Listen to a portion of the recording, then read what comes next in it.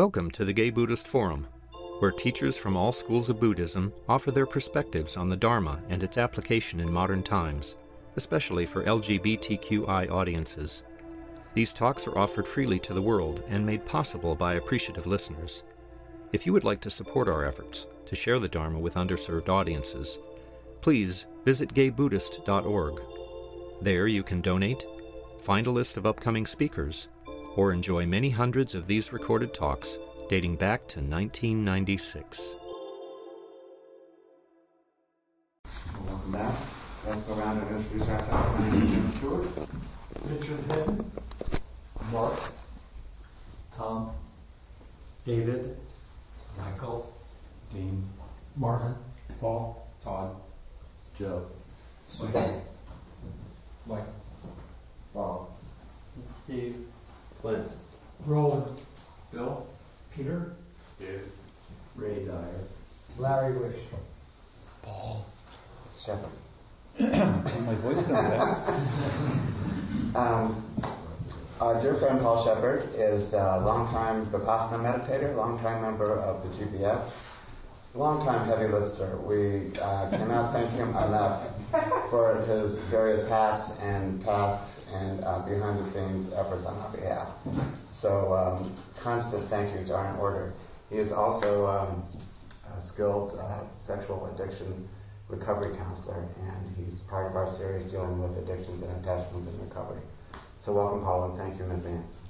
Yeah, thank you, Jim, and thank everybody on the program committee, too, for putting this addiction series together. It's actually been 2 years in the making. So we didn't realize at the beginning that it would be so thorough, and it's quite moving, and I thought it would be a little bit, I thought I'd have nothing left to say after 4 talks, but actually the opposite happened. I got so much out of them and I was so inspired. It was quite difficult for me to pare down what I wanted to say. And I want to thank Roger, who spoke first, and Paul and Steve, and Padma Daurini. Mm-hmm. Oh, yes. And Peter, the speakers who preceded me.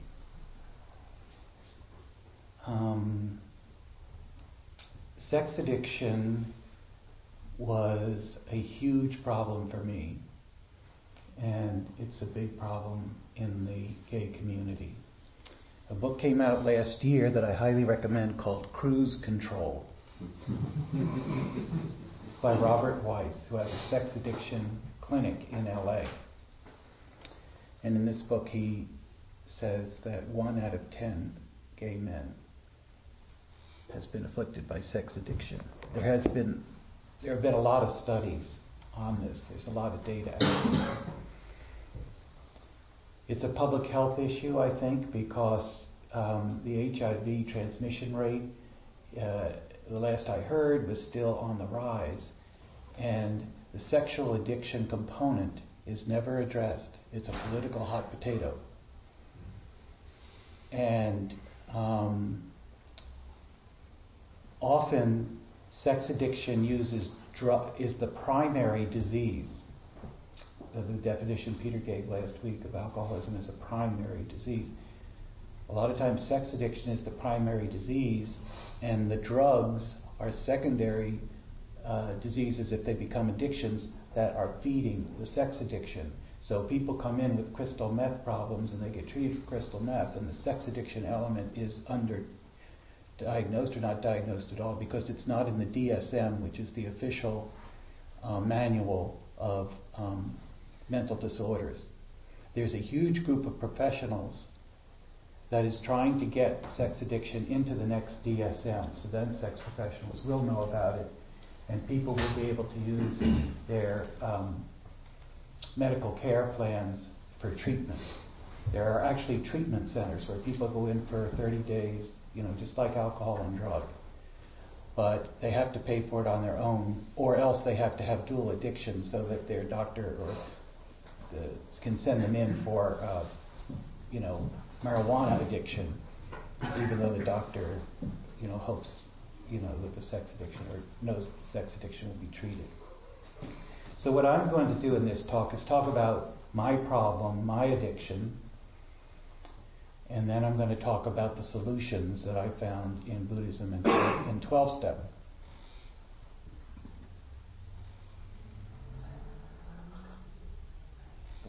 I've been in sex and love addiction fellowship for 4 years, about 4 years. And one Friday night, I had vowed not to go out and go have an anonymous sex binge, which was my want on the weekend. And I was tired too, so I didn't want to go out, and I was tired. And I began to feel very restless and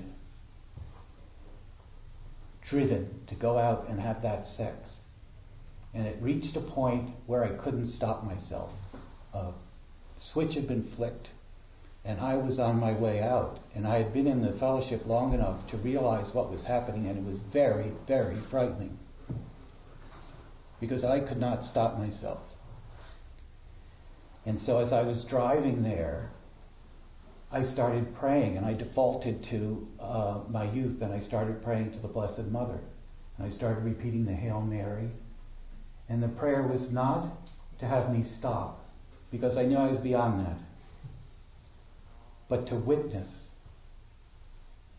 what was going on, to witness how miserable I was. And it was a wonderful moment as I look back on it, as scary as it was, because for the first time I fused my sexuality and my spirituality. It was in a moment of sexual pain, really, but I did it. I fused it. I said, I had separated sexuality from spirituality, so I just opened up.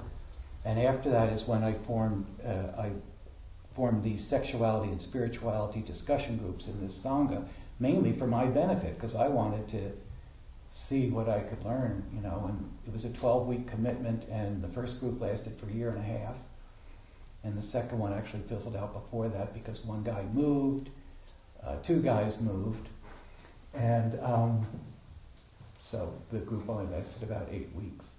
But that's why I started them, and anyone who wants to start any group for any reason in the Sangha can do it.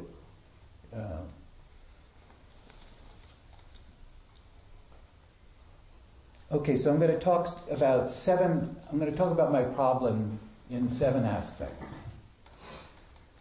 First of all, I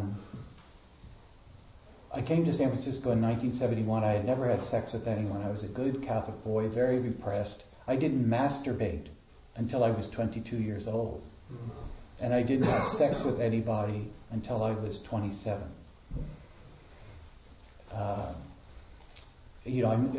I moved to the Bay Area, and this male couple, I didn't know they were a couple, these friends of mine from the Midwest were here, and they invited me to go down to the Stud one Sunday afternoon and hear an act called Pearl. This woman was an imitator of Janis Joplin. And I got that they were gay, and they were great guys. And so then I started cruising the bars, and I got a boyfriend. And this boyfriend, his name was Marty, and I was madly in love with him. He had 2 other boyfriends. He said one of his boyfriends, he had a good relationship, and the other was a purely sexual addictive. He didn't say that, but he described it as purely sexually addictive, and he didn't like it because it was, but there it was. And I was just, it's okay, I don't care how many boyfriends you have. I feel so glad that you want me, because it was the first guy that ever, wanted me. I think I had tricked a couple of times. Does everyone still know what trick meant? Yeah, we're all graying, so. Then I met a boyfriend who was a wonderful guy, really, really a wonderful boyfriend. And he took me to a bathhouse, sort of as a cultural tour of, welcome to the gay world. And so then I became addicted to the bathhouses. And then I had another boyfriend concurrently with that one. So I had 2 boyfriends in bathhouses. And I started collecting a pornography collection of magazines, of nude photos, and I began collecting videos. So then I had 2 boyfriends, and I had the bathhouse, and I had the video. In other words, I needed more in order to get the sexual high. It was all about getting the sexual high. And I needed more and more and more things to get to that sexual high, using recreational drugs to accessorize to get higher. So it was all about getting high. It was all about getting high. Yes, fortunately, I had some very good, relationships lasting a year or so. But that was kind of a secondary thing. It was after that sexual high, and I wanted to meet men who I thought would be able to take me higher. So that's the first aspect. Secondly, after I went on a sexual binge, I would go to the bathhouse and I would say, okay, I'm going to go for an hour. It's Wednesday night. I'll go for an hour. So I got there at 9 and came home at 3. And I would have had sex with many, many men. And then afterwards, I would feel very anxious and depleted and kind of wired.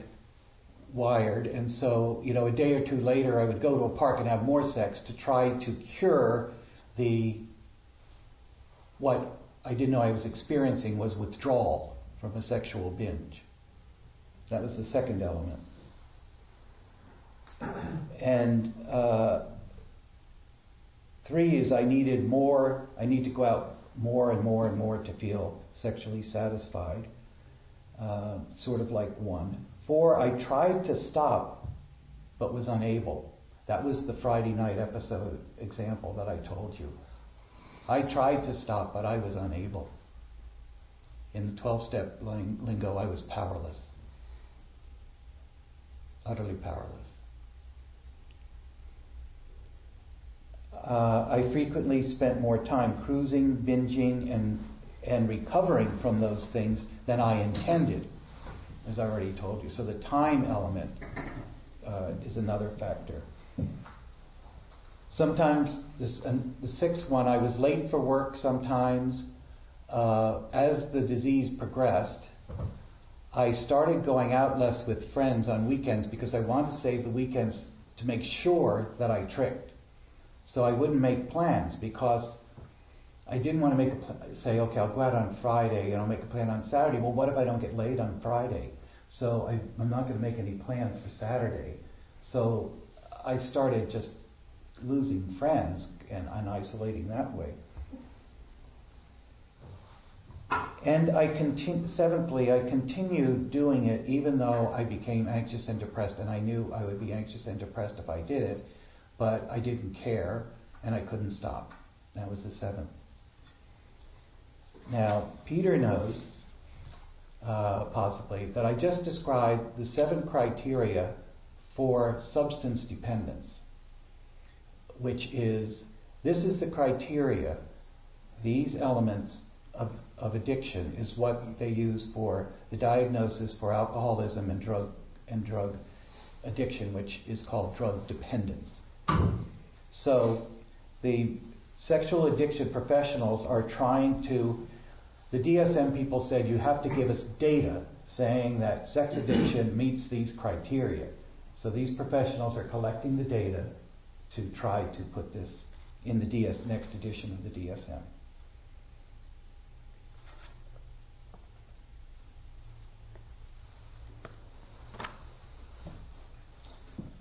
So I have sex became an end in itself, and intimacy was a bonus of lesser or no importance.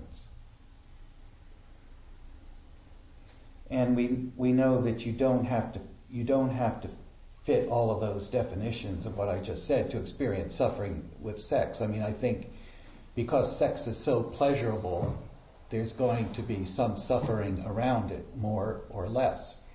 Peter talked about the pleasure center, the biggest pleasure in the reptilian brain is sex. It's a very powerful drive. It's the biggest pleasure, that there is, for the procreation of the race. So there's going to be mistakes and suffering around this. There's, unless you're fully enlightened, I don't think that you could get through without any problems whatsoever. Some people have isolated obsessions. I have got to tell you a story. Okay, the first 12-step group I went into was Codependence Anonymous, because I met this man who I fell in love with him, went for a month, and then he called it off. And I was devastated. I was just devastated. I remember walking down the Castro Street with friends and crying, because I wanted that guy so badly. And somebody who I was working with told me about Codependence Anonymous.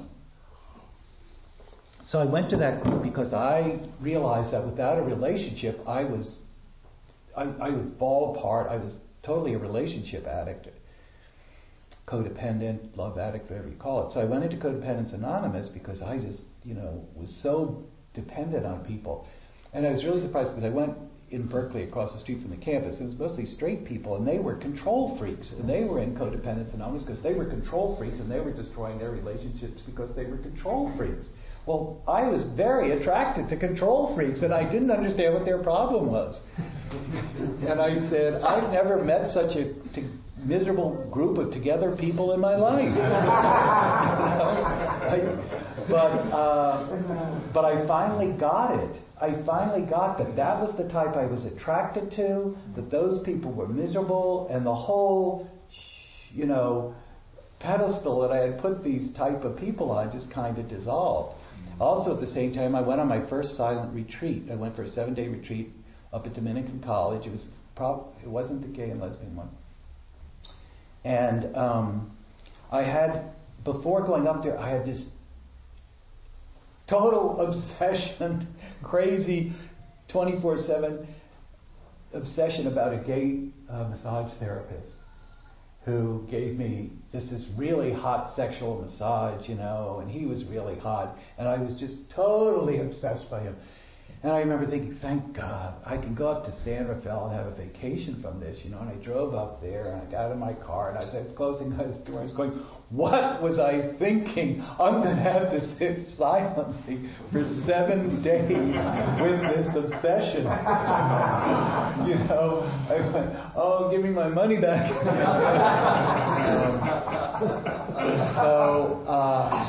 But I sat with that obsession, I had to, of course, and it really helped me, get over obsessing about men. And somewhere along the line, I stopped that, and that was lifted from me, and I'm very grateful for that.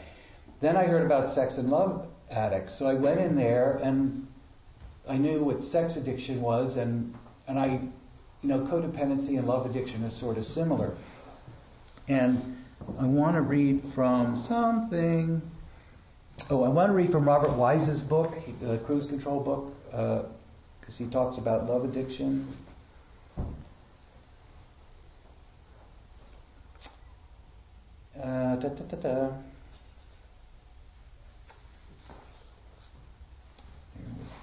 Okay. Love addiction entails emotional and physical arousal stimulated by romantic intensity and obsessive involvement with unavailable partners. For the love addict, romantic intensity and sexuality, as well as the drama they offer, are more likely to produce fear, anxiety, and pain than genuine intimacy. While he's often competent in daily work and social life, the love addict suffers from an underlying, unacknowledged longing to feel special in a relationship. This deep longing reveals a chaotic and sometimes desperate emotional world filled with fears of abandonment, rejection, and unworthiness. The love addict chooses men who aren't emotionally available or who ultimately are unattainable for other reasons. Ultimately, his greatest fear is that he'll end up alone. So that's how Weiss describes love addiction.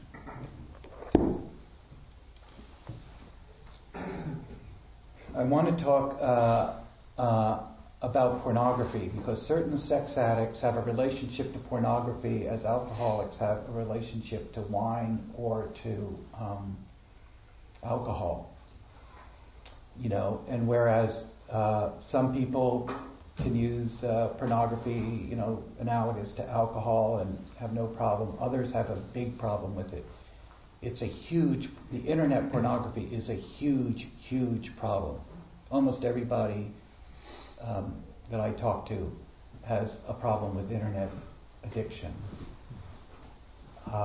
where they can't stop looking for hours and hours and hours on the porn site. And it's very scary out there, folks, because if you have a webcam, the feds are out there, and people are getting busted for downloading child porn. That's what the huge focus of this federal government is on, kiddie porn. But anyway, people are. It's a huge thing. And what happens with any sexual experience? And Peter talked about memory a little bit last week, where someone can be an alcoholic and recover, and then they can meet a friend they used to drink with, and all of a sudden the addictive feeling may rise again because it's triggered by the memory. So every time we have sex, it creates an imprint on the memory. Every sexual experience we have creates an imprint on the memory. And there are people there, most of their imprints comes from pornography. And so that makes the imprint, and it makes them dysfunctional in having relationships and even actually having sex with real men. One time in a discussion group here, I guess we were discussing sex, and one guy says, I know someone, which is always a clue. He goes, I know someone who can't have sex with other guys without using Viagra because they've used pornography for so long. Now this guy was about 35 years old. So, some people cannot use pornography, just like alcoholics can't go near wine. And it's huge. The pornography industry is the biggest industry on the internet.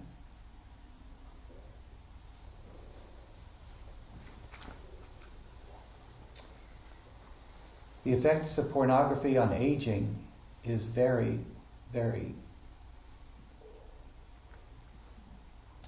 profound.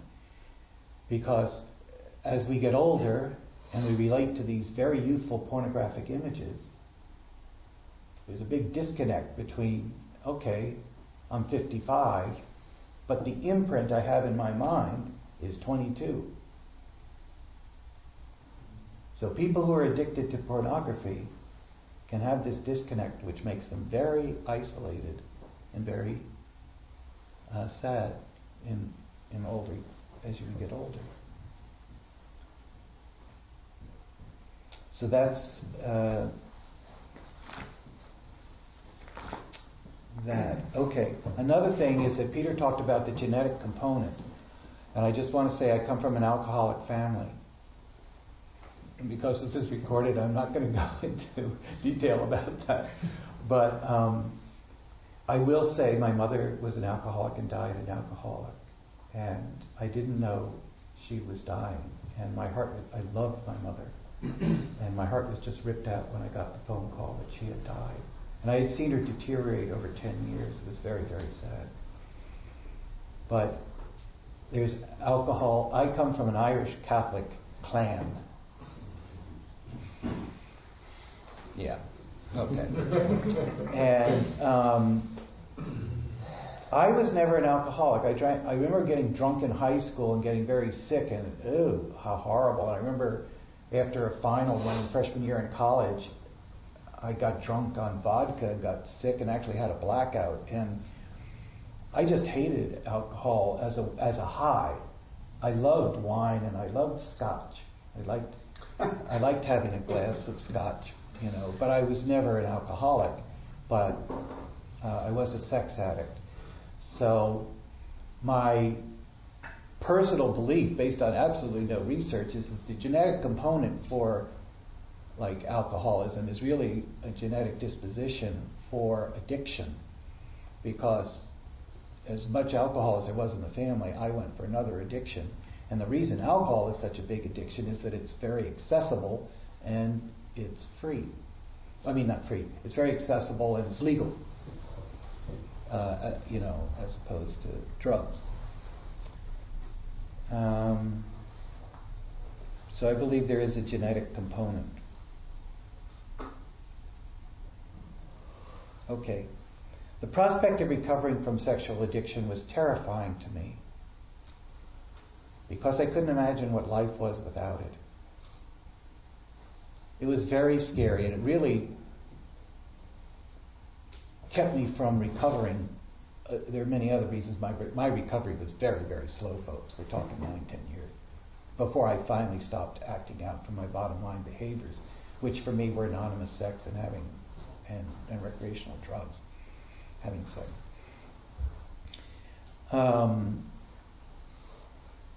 So it's very difficult because it's frightening, and some people, anybody who attempts recovery is extremely courageous, no matter how many times they relapse, or even if they try and they can't do it. The attempt is so scary. It's so scary. Because, and here's where the Buddhism comes in, is the ego is totally fused to the addiction. The identity is totally wrapped up in the addiction. You can't imagine life without it. And the grasping, which people have mentioned about addiction, is so strong that there's this fear that if I let go, I'm gonna die or something. I mean, the fear is very strong. So anyone who attempts it really deserves a lot of credit. It's a very brave thing to do. So it's in the 12-step program, we learn to dissolve the ego, which is the exact same, main goal, really, of Buddhism.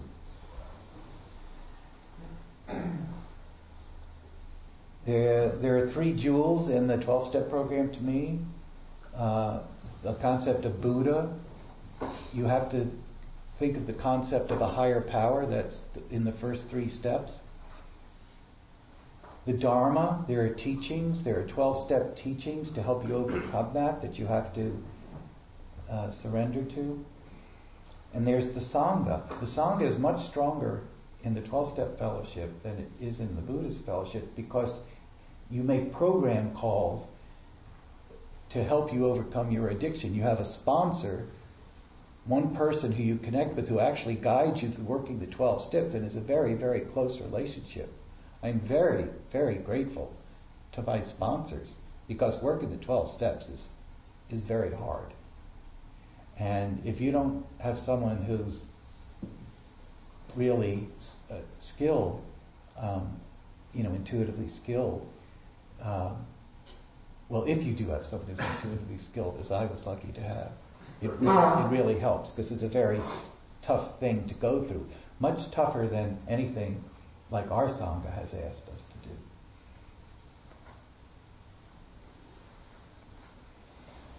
to do. I didn't have any boundaries around sex. And most of us that came out in the 70s didn't, because it was a new world. We had sexual freedom. We could do anything, anytime, anywhere. I created this phrase, Boogie Nights created the emotional daze, D-A-Z-E, that he who had the best sex wins. That was like what the attitude was in the 70s. It was like, go for it. Go for it. If you had trouble in a relationship, hey, thank you very much. Go on. Cultivation of relationships, in my mind, and I saw no models for it, and I was very bad at it. Very bad at it. Caused myself and people I was in relationships with tremendous suffering.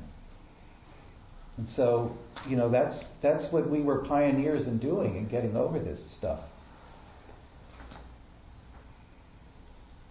One time there was a talk here on precepts, and I remember talking to Howard King afterwards, and I said, was a member of our Sangha, and I said, the precepts about, drugs and alcohol, intoxicants, and the one about sex, they seem very, very restrictive and very, deprivation. And he looked at me kind of puzzled, and he said, really, I always thought that I look at them as things that give me freedom. And so I looked at him just as puzzled as he was looking at me. But it did stick with me. What the hell did he mean by that? So I had no idea what boundaries were. And in one of the groups, the sexuality and spirituality groups here, David Holmes gave me a tape by Ganga G, who's a teacher in Marin. I had seen her once, and I had all these judgments about her. But he gave me this tape. It was on sexuality and spirituality. And it was a big moment for me. It was about a 5-minute, it was in a Q&A that she was doing after one of her talks. First of all, she described the enormous power of sex. She just went into detail about how powerful it was. She was actually got a question from a lesbian. And so first of all, she talked about that. Then she talked about how harmful it was to repress that energy. And that's what I had done for the first 22 years of my life. And then she talked about how harmful it was to act out on that energy. And that's what I had done for the second 22 years of my life. I was about 45 when I heard this tape. Maybe a teens older. But I thought, shit, for half my life I've been repressed, and since I've been sexual, which I've been acting out. So then she described the middle path. And I went, okay, I can do that. I can do that because I had been with Buddhism long enough, and I'd been hearing about the middle path of this, that, and it was like, I get it. Okay. We've got to find our middle path when it comes to sex, whatever it may be. And I went, I can do that. I knew I could do that. So it was a real aha moment for me, hearing that tape. Shows me for being a skeptic about Gangaji.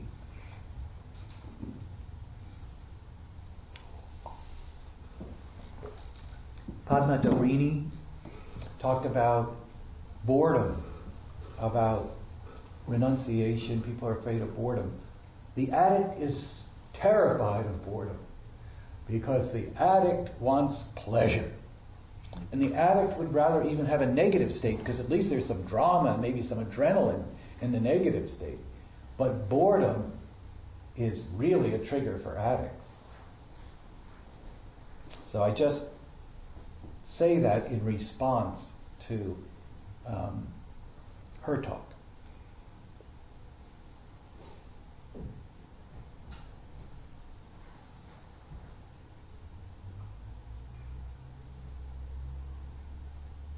I'm going to read the 12 steps. 1. We admitted, this is for Sex Addicts Anonymous, there's a lot of scholarships for sex addiction. There's Sex and Love Addicts Anonymous, there's Sex Addicts Anonymous, there's Sexual Compulsives Anonymous, which meets at the New Leaf Center. There's couples, COSA, couples, sex addicts, for couples who are dealing with it. And there's one called SA, Sex Addicts Anonymous, which is kind of the bottom line. They say you can only have sex in a heterosexual, monogamous marriage. Yeah. There aren't too many of those groups in the Bay Area. Okay, so these 12 steps are read in some variation, depending well, they're read word for word except for the first step, which describes whatever addiction is in every 12-step meeting that ever goes on. 1, we admitted we were powerless over addictive sexual behavior, that our lives had become unmanageable.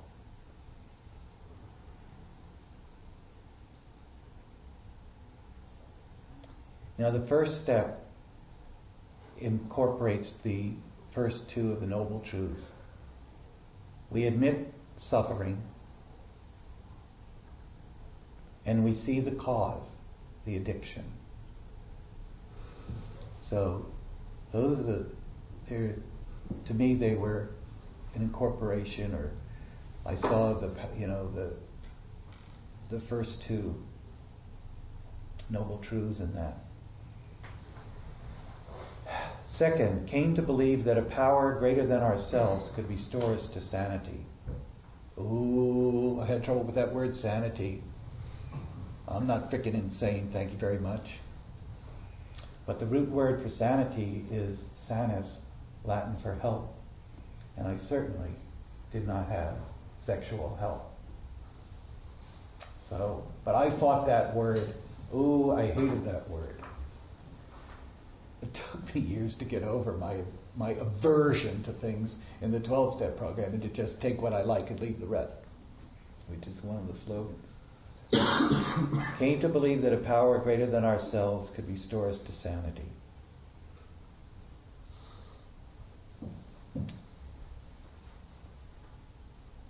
The second step is the third noble truth, that there's a way out of this. That there's a way out of our suffering. Came to believe that a power greater than ourselves could restore us to sanity. There's a way out. Third, made a decision to turn our will and our lives over to the care of God as we understood God. I hated that word God because I was a recovering Catholic, thank you very much, and don't you tell me what the Vatican's thinking, and I don't care if Bill W. is a Protestant, and blah, blah, blah, blah, blah, blah. God, what the hell do you mean by God? You know, this is the Bay Area, thank you very much. So, but Bill W., who was a Protestant, knew that some people weren't Protestants, and so he said, made a decision to turn our will and our lives over to the care of God as we understood God. My understanding of God is the inner Buddha. The inner Buddha in me and the inner Buddha in everybody else. In Catholicism, there was this concept of the mystical body of Christ, which included everybody except those people in heaven, or except those people in hell. But, this interdependence, and the inner Buddha, that's my higher power. Peter mentioned this book by Kevin Griffin called One Breath at a Time. And I'll read you another addict's. This guy describes, he doesn't go into detail, but he has some sex addiction in his book, in terms of his autobiographical element of the book.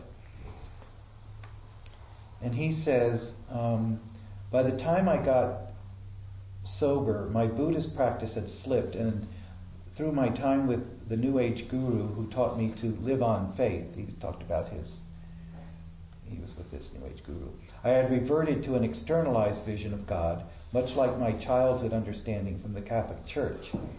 I didn't let this trouble me early in my sobriety. What was most important to me at the time, besides not drinking or using, was getting my life together on practical terms. Traveling with my rock band and relying on the Serenity Prayer, I didn't worry too much about how I defined God. I just acted as if I really believed. That's a slogan in recovery, act as if you're recovered. 6 months before the holiday retreat with Ruth Dennison that he had talked about, I went on a solo retreat for a week at a Buddhist monastery in the hills above Santa Cruz.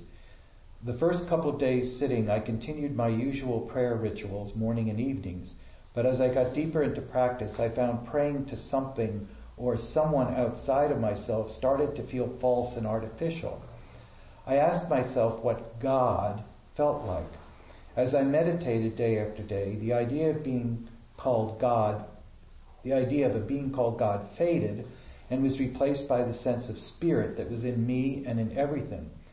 The name Great Spirit sprang to mind. This sounded almost silly, as if I were adopting a Native American belief system, yet these words fit best my sense of a higher power, a vast, subtle energy pervading all things, a great spirit. Kevin Griffin, by the way, I came out in Buddhism in a Sangha in Berkeley, and this book I got this year, and he's in that Sangha. Kevin Griffin's in the Sangha in Berkeley. So he has some relationship, I think, with Spirit Rock too. So this is a great book, One Breath at a Time, by Kevin Griffin. There's several books out on Buddhism.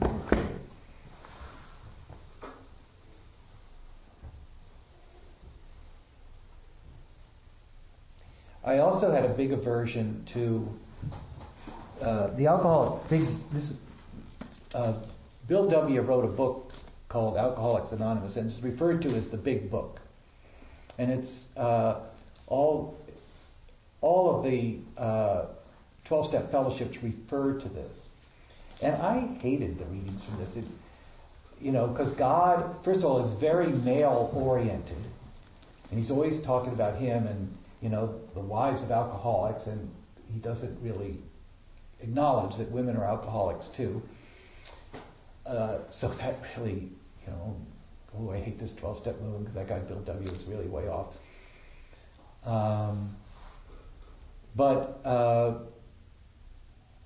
He was a product of his culture. And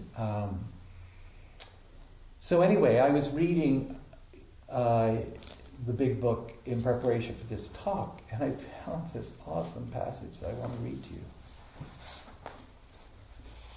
Now about sex. He's talking about, I have to read the rest of the steps, I got sidetracked. In the fourth step, you do a inventory of your defects and your strengths. You take a moral inventory. So this is, in this context, he's saying, now about sex. Many of us needed an overhauling there. But above all, we tried to be sensible on this question. It's so easy to get way off the track. Here we find human opinions running to extremes, absurd extremes perhaps. One set of voices cries that sex is the lust of our lower nature, a base necessity of procreation. Then we have the voices who cry for sex and more sex, who bewail the institution of marriage, who think that most of the troubles of the race are traceable to sex causes. They think we do not have enough of it, or that it isn't the right kind. They see its significance everywhere. One school would allow man no flavor for his fare, and the other would have us all on a straight pepper diet. We want to stay out of this controversy. We do not want to be the arbiter of anyone's sex conduct. I couldn't believe that Bill W., the man I thought was was writing this stuff. We all have sex problems. We hardly be human if we didn't. What can we do about them? We reviewed our own conduct over the years past. Where had we been selfish, dishonest, or inconsiderate? Whom had we hurt? Did we unjustifiably arouse jealousy, suspicion, or bitterness? Where were we at fault? What should we have done instead? We got this all down on paper and looked at it. Big advocate of journaling. In this way, we tried to shape a sane and sound ideal for our future sex life. We subjected each relation to this test. Was it selfish or not? We asked God to mold our ideals and help us live up to them. We remembered always that our sex powers were God-given and therefore good, neither to be used lightly or selfishly, nor to be despised and loathed. Whatever our ideals turn out to be, we must be willing to grow toward it. We must be willing to make amends where we have done harm, provided that we do not bring about still more harm in doing so. In other words, we treat sex as we would any other problem. In meditation, we ask God, what should we do about each specific matter? The right answer will come if we want it. God alone can judge our sex situation. Counsel with persons is often desirable, but we let our higher power be the final judge. He said he uses God, but higher power, inner Buddha. We realize that some people are as fanatical about sex as others are loose. We avoid hysterical thinking or advice. Not bad for a Protestant back there in the 30s. You know? I can read that.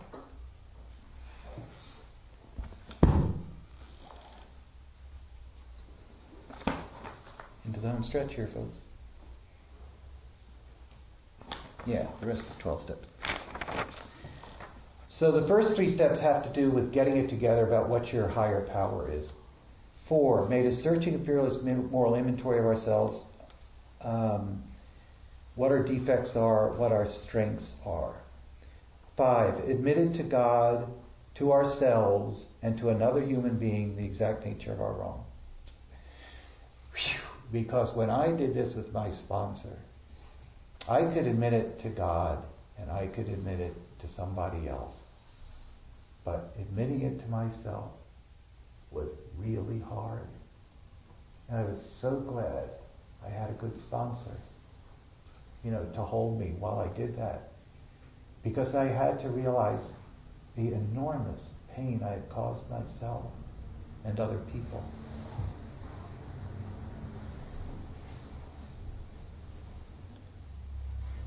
And this is really the power of the 12-step program, this inner spiritual search and this total opening up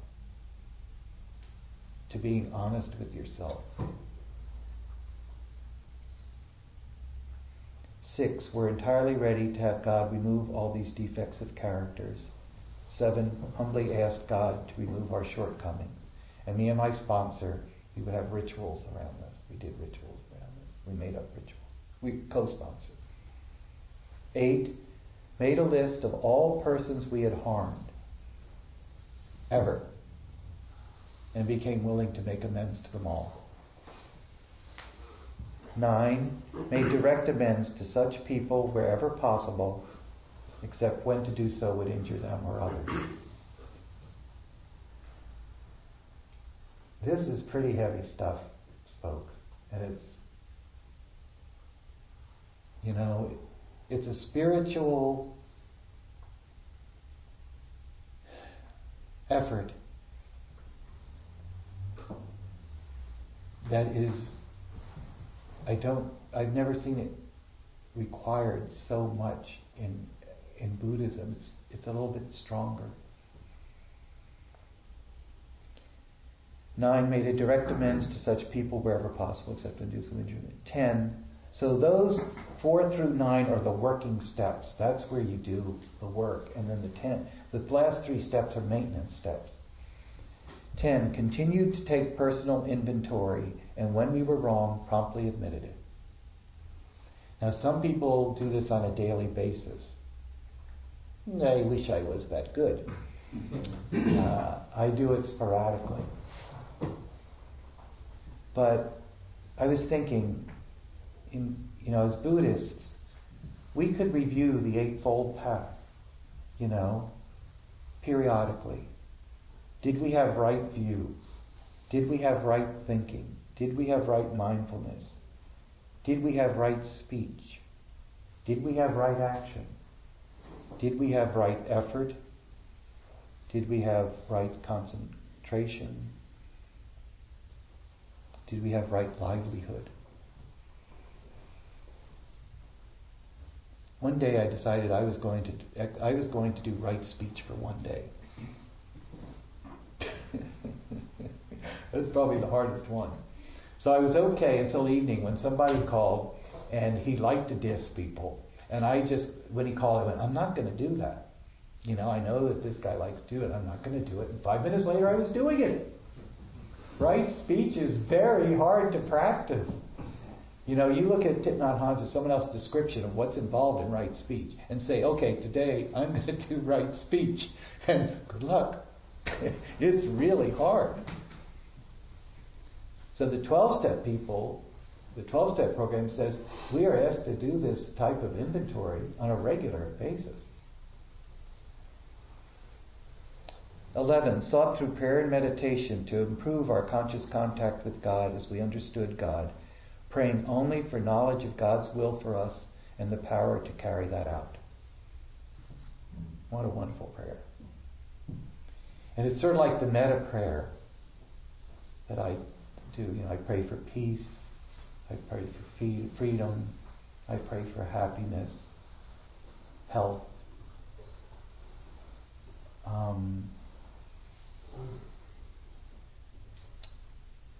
I don't pray for specific things. I pray that my inner Buddhist nature will be realized. And I hope it's realized by my getting a part in a play that I auditioned for. But generally, I try to keep it general.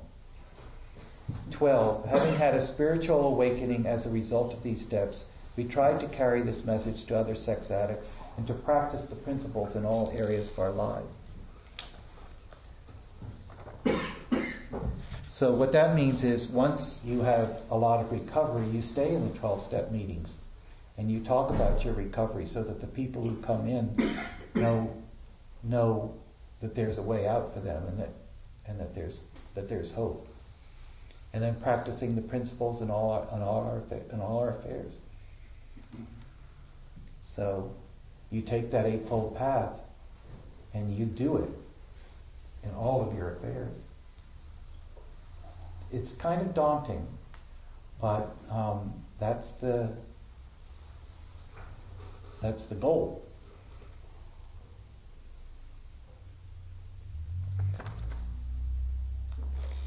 Thank you very much. Okay, we're going to go over a little bit. Some questions. We want to have any questions, comments? Paul, thank you very much for your courageous and clear and useful talk. Very helpful. Anybody? Clint? Well, I just have a comment.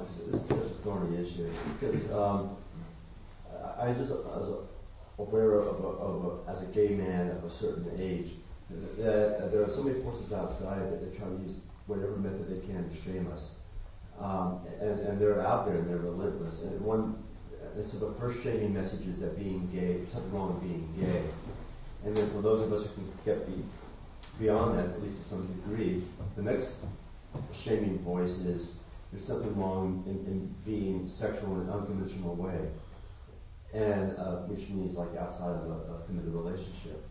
And now I acknowledge sexual addiction being a real problem. I also do think that it's we have to all really just be taking on heart what that line is to cross when you're into addiction, because you could be functioning in a way that is not sexually conventional, but still not being in an addictive way. And it's just a matter of I just struggle with this. It's just a matter of just saying, well, fine, this is not what's considered conventional sexual, but I'm not going to be ashamed for thinking it's something wrong because it doesn't meet some kind of convention. Yeah.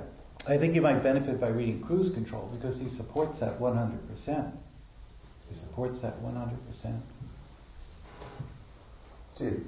I've always been puzzled why there are so many programs.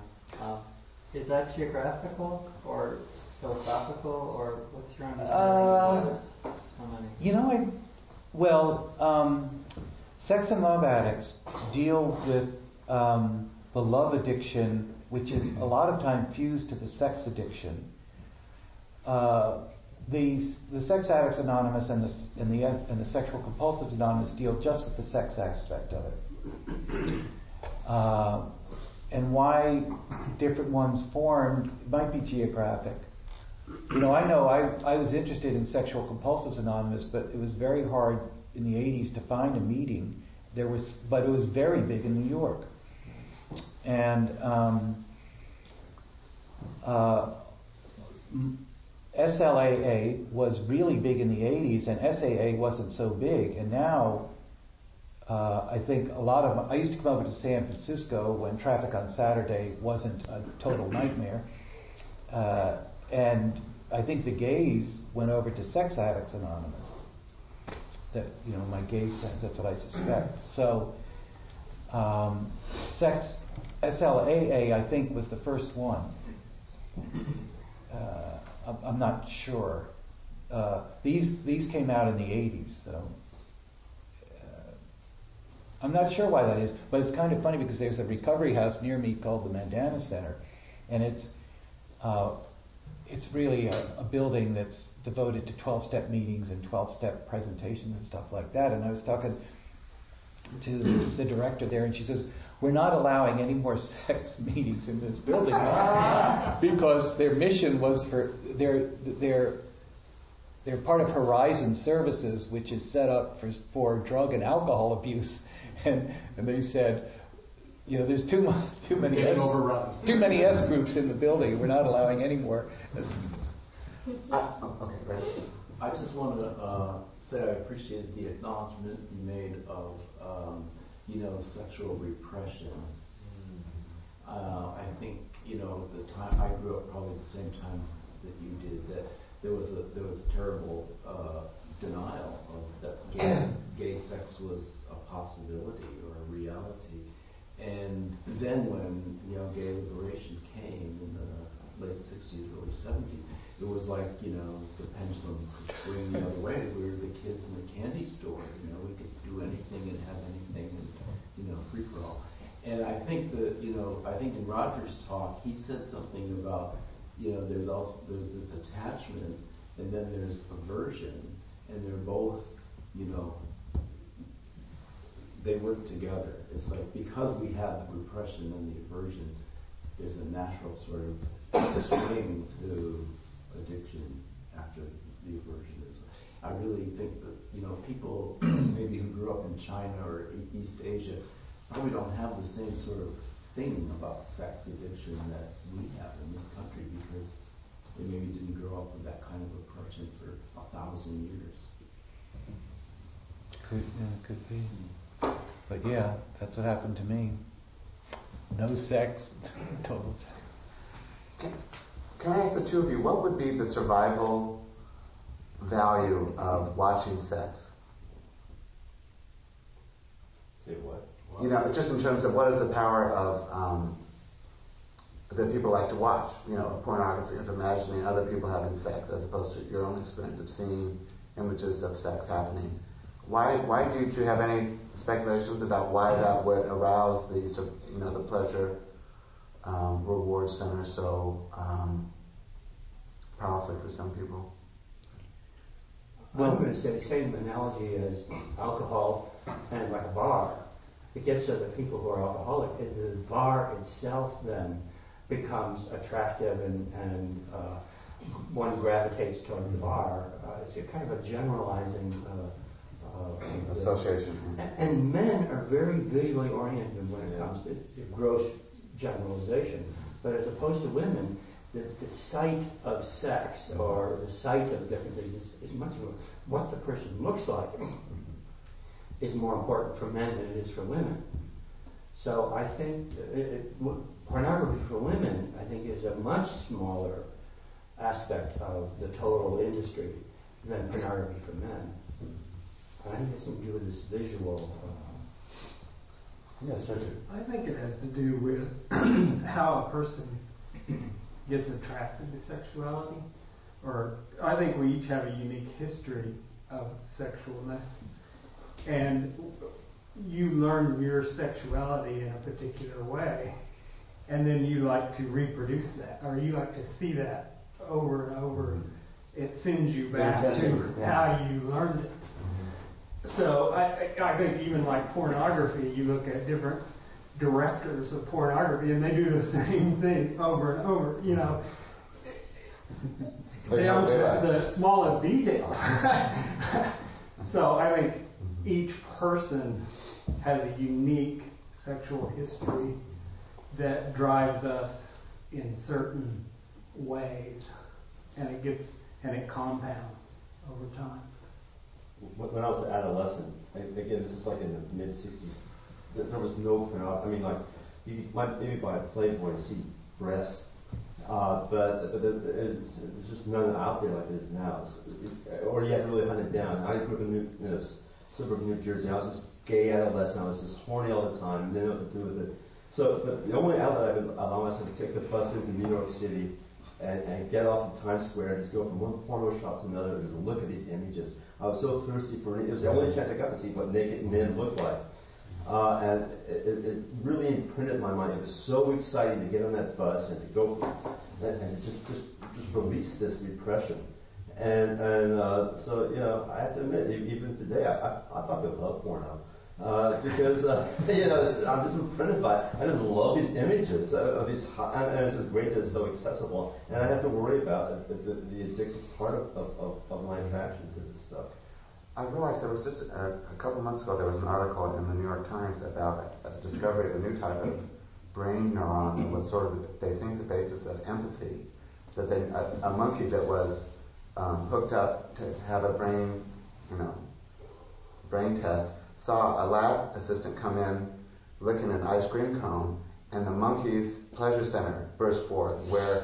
So seeing it reminded the monkey of its own pleasure in an ice cream cone.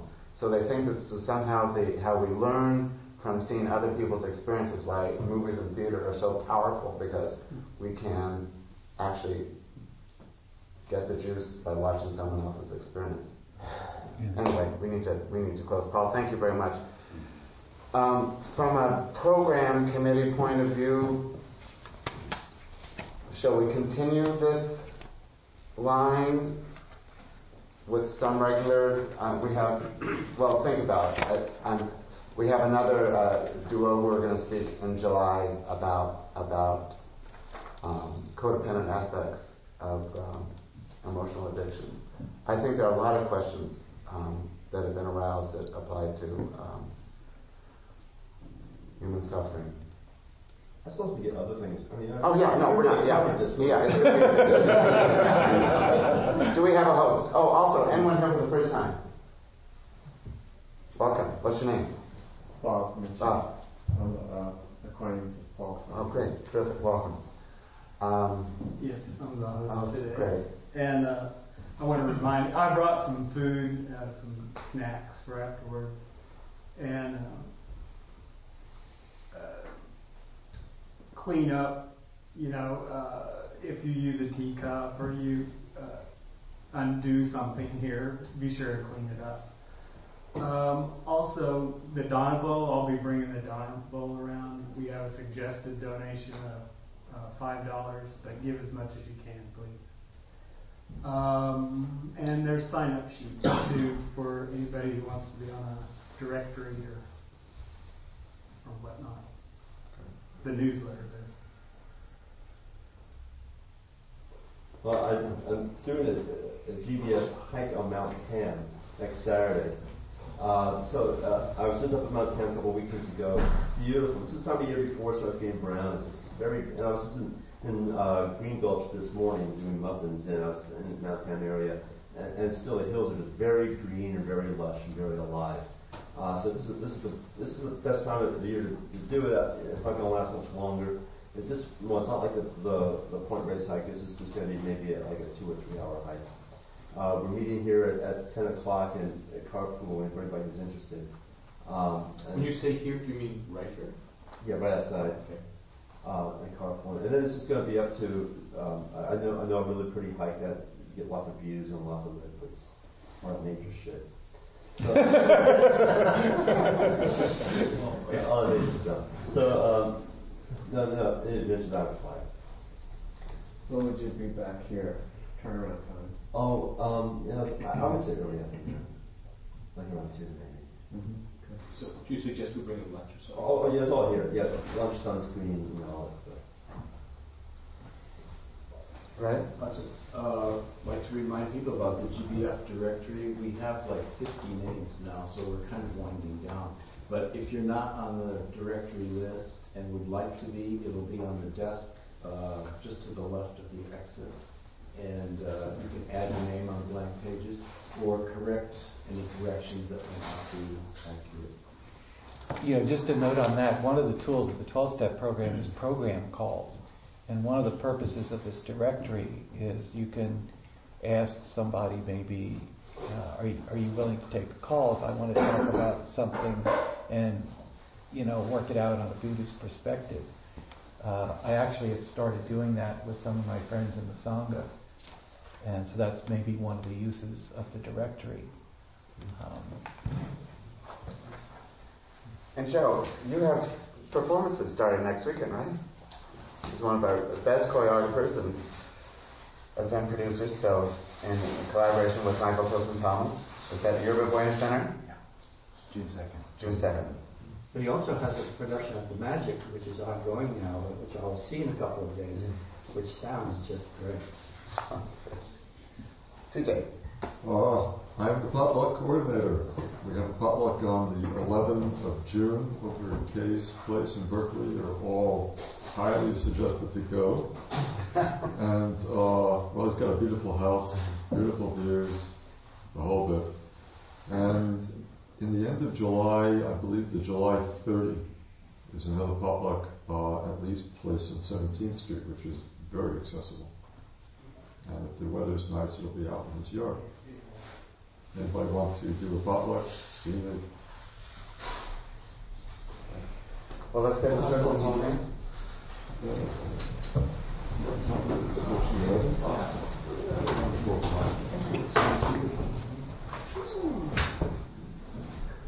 Okay, I'm going to read the promises, what's called the promises from one of the 12-step programs called Al-Anon, and I'll modify it a bit for our group.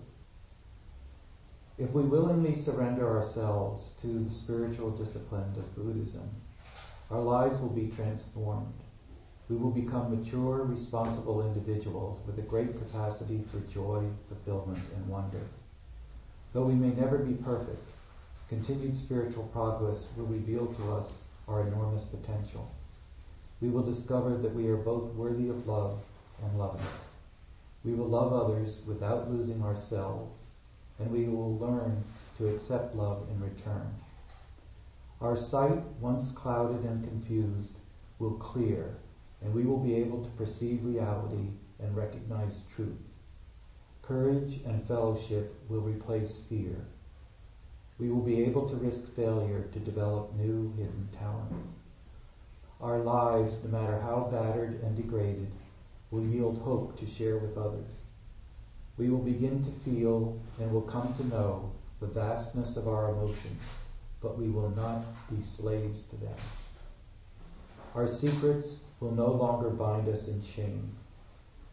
As we gain the ability to forgive ourselves, our families, and the world, our choices will expand. With dignity, we will stand for ourselves, but not against our fellows. Serenity and peace will have meaning for us as we allow our lives and the lives of those we love to flow day by day with our higher power's ease, balance, and grace. No longer terrified, we will discover we are free to delight in life's paradox, mystery, and awe. We will laugh more. Fear will be replaced by faith, and gratitude will come naturally as we realize that our higher power is doing for us what we cannot do for ourselves.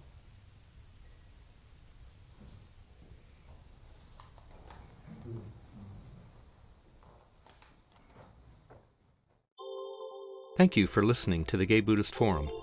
If you would like to hear several new talks per month and be notified of upcoming speakers so you can participate live, please subscribe to this podcast, like us on Facebook, and join our mailing list by visiting gaybuddhist.org.